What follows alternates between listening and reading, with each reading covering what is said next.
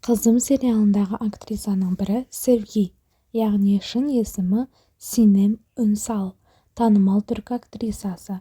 1993 жылы 27 маусымда Түркияның Измир қаласында дүниеге келген.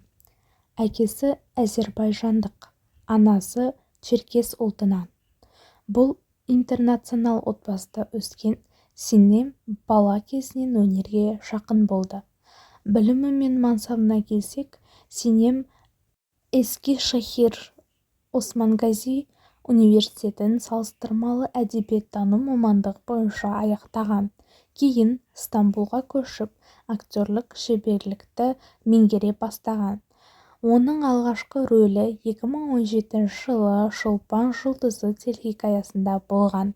Кейін Қара ақ махаббат және Қызым ең танымал рөлі Ғажап дәрігер телехикаясы, яғни ол жерде Назлы атты мейірбикені сомдаған.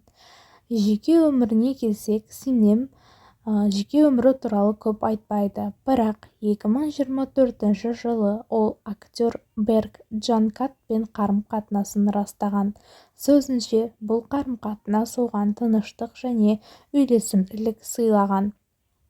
Бұрын оған Кыванч Кылынч және Халид Өзгөр Сарай сынды актерлермен байланысы болды деген қауесет тараған, алайда ол расқа шықпады.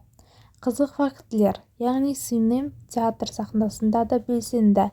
Ол табиғи сұлулығымен, мейірімді мінезімен көрермендердің жүрегін жаулап алды.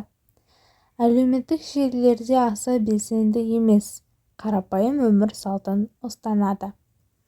Қызым сериалында болса, Sinem Ünsal Sevgi есімді мұғалімнің рөлін сомдайды және Үгір есімді басында ұрлықпен айналысқан адаммен қарым-қатынас құрады.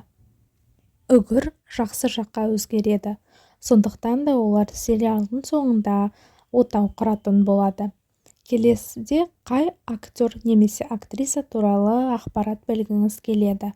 Комментарий бөліміне пікір қалдырып кетсеңіз болады.